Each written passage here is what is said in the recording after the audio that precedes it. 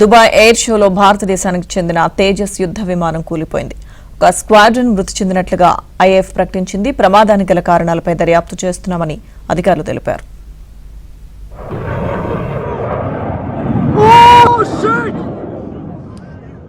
Dubai వేదికగా జరుగుతున్న air షోలో ప్రమాదం జరిగింది.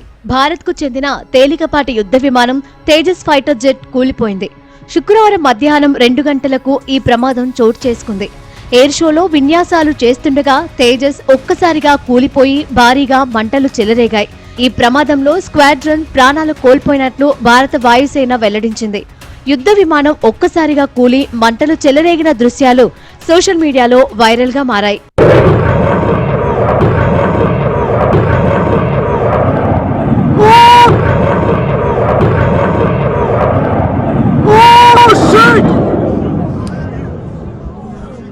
ప్రతి ఏటా దుబాయ్లో నిర్వహించే ఎయిర్ షోకు ప్రపంచవ్యాప్తంగా పలు దేశాలకు చెందిన విమాన సంస్థలు పాల్గొని సందడి చేస్తాయి. ఈ సందర్భంగా భారత్ కు చెందిన తేజస్ యుద్ధ విమానాన్ని ప్రదర్శించారు.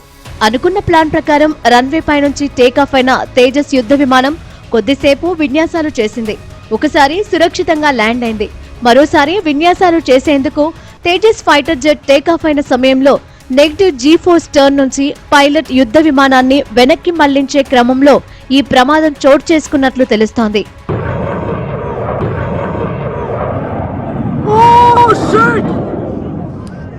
దుబాయ్ ఎయిర్ షోలో తేజస్ ఎయిర్ క్రాఫ్ట్ ప్రమాదానికి గురైనట్లు వాయుసేన తెలిపింది. ఈ ఘటనలో పైలట్ కు తీవ్ర గాయాలై మృతి చెందడం దిగ్భ్రాంతికరమంటూ ప్రకటన విడుదల చేసింది.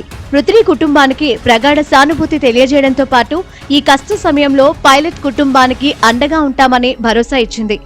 ప్రమాదానికి కారణాలపై దర్యాప్తు చేపడతామని వాయుసేన తెలిపింది. మరోవైపు విచారణలో అన్ని విషయాలు బయట పెడతామని ఏవియేషన్ నిపుణులు చెబుతున్నారు. తేజస్ విమానం భారత వాయుసేనలో సేవలందిస్తుందని, అత్యంత సురక్షితమైన ఫైటర్ జెట్గా తేజస్ గుర్తింపు తెచ్చుకుందంటున్నారు నిపుణులు. Would be extracted.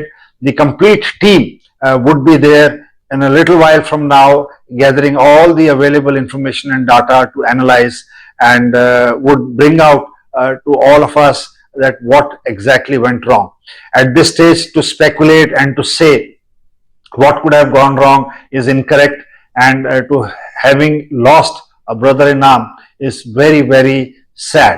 This will give fodder to our enemies and to the people who don't like our growth to say that this is not a safe aircraft, which is absolutely incorrect.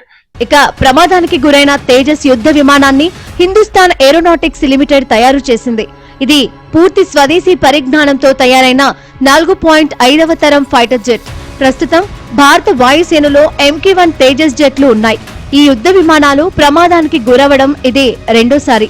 ఈ ఏడాది మార్చిలో రాజస్థాన్లోని జైసల్మేర్లో Tejas fighter jet శిక్షణ శాటిలో ఉండగా కూలిపోయింది. ఆ ఘటనలో pilot సురక్షితంగా బయటపడ్డారు.